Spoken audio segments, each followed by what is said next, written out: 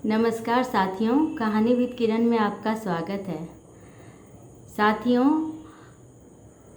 क्या होता है, हर एक बात के दो मीनिंग होते हैं। जैसे हर चीज़ के दो पहलू होते हैं, हर सिक्के के दो पहलू होते हैं। दिन होता है, रात होती है, लेकिन कई बार कोई बात ऐसी भी होती है जिससे हर इंसान उससे अलग अलग मीनिंग निकालता है। बहुत इंसान का जीवन भी बदल जाता है। कई इंसान गलत राह की तरफ चले जाते हैं जीवन बदल के, कई इंसान बहुत सही राह पकड़ लेते हैं जीवन बदल के। तो इसी बात को सार्थक करते हुए एक कहानी सुनाती हूँ और उम्मीद करती हूँ कि आप सबको बहुत पसंद आएगी। एक बार एक राजा था और उसको राज करते करते बहुत समय बीत चुका था। बूढ़े हो चुके थे, उनके बालों में सफ़ेदी आने लगी थी। तो राजा ने सोचा कि चलो इस सारे अपने अड़ोसी पड़ोसी देश के राजाओं को बुलाएं जो संगी साथी हैं। और तो उन्होंने उत्सव रखा और आस पड़ोस के राजा राजकुमारों को बुलाया और अपने गुरुदेव को भी बुलाया। लेकिन और उस चीज़ को और रोचक बनाने के लिए कि सबको अच्छा लगे, एक सुप्रसिद्ध नर्तकी को भी बुलाया। तो राजा ने अपने गुरुदेव को कुछ स्वर्ण की मोहरें दी कि भाई नर्तकी का मुजरा पसंद आएगा तो गुरुदेव जी उसको कुछ इनाम देंगे, मोहरें देंगे। तो रात भर उत्सव चलता रहा, नर्तकी नाचती रही। ब्रह्म मुहूर्त की बेला आ गई, मतलब सुबह होने को हो गई। तो नर्तकी ने देखा कि उसका जो तबला वादक है उसको कुछ नींद आने लगी। अब नर्तकी ने सोचा ये सो जाएगा, नृत्य बंद हो जाएगा तो राजा दंड ना दे दें। तो नृत्य करते समय वो बीच में बोले भी कैसे। तो वो नृत्य करते करते एक दोहा पढ़ी कि घनी गई थोड़ी रही, यामे पल पल जाए, एक पलक के कारणे यूं ना कलंक लगाए। मतलब बहुत रात हो गई, अब नृत्य का अंतिम पड़ाव ही बाकी है। तो अगर तुम जरा भी पलक झपक लोगे, सो जाओगे तो एक कलंक लग जाएगा, भी मतलब दंड भी मिल सकता है।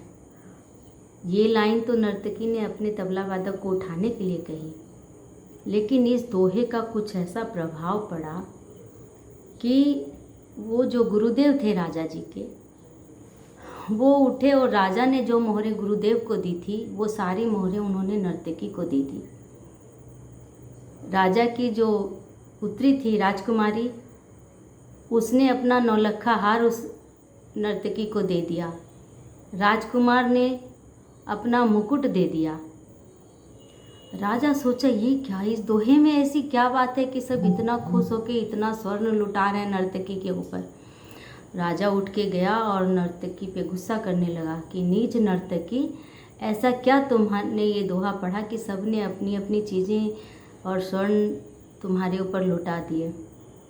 तब राजा के जो गुरुदेव आए हुए थे वो आए राजा के पास, बोले राजन, ये नर्तकी नीच नहीं है, ये नर्तकी तो अब मेरी गुरु बन चुकी है। कैसे? तो गुरुदेव बोले, मैं सारी उम्र जंगलों में भटकता रहा, साधना करता रहा परमात्मा को पाने के लिए, लेकिन अभी अंत समय में मैं ये नर्तकी का मुजरा देखने आ गया और इस पथ भ्रष्ट हो रहा था, इसलिए इस नर्तकी के इस दोहे ने मुझे रास्ता दिखा दिया। तो मैं तो जा रहा हूँ अपने प्रभु की साधना करने के लिए, कह के गुरुदेव वहाँ से चले गए। अब आई राजकुमार की बारी। तो राजा ने पूछा राजकुमार से कि तुमने ये मुकुट क्यों दिया नर्तकी को। तो राजकुमार बोला कि पिताजी, आज मैं आप ही के सिपाहियों के साथ मिलके रात को मैं आपकी हत्या करवाने वाला था, क्योंकि मुझे ये राजपाट चाहिए था। लेकिन इस नर्तकी के इस दोहे ने मुझे ये बताया कि ये राजपाट तो मुझे ही मिलना है। आप तो वृद्ध हो चुके हैं, कुछ समय बाद ये राजपाट तो मुझे ही मिलना है, तो क्यों मैं थोड़े से समय के लिए अपने ऊपर एक कलंक लगाऊं, आपकी हत्या करूं। राजा अवाक हो गया पुत्र का उत्तर सुन के। फिर राजा ने राजकुमारी से पूछा, बोला राजकुमारी, तुमने क्यों नौलखा हार दिया। तो राजकुमारी ने कहा, पिताजी आपकी उम्र हो गई है और आप फिर भी, और मैं जवान हो गई हूँ और आप फिर भी आँख मूंद के बैठे हुए हैं। आप मेरी शादी नहीं कर रहे। तो मैंने अपना विचार बनाया था, कल मैं महावत के साथ भागने वाली थी।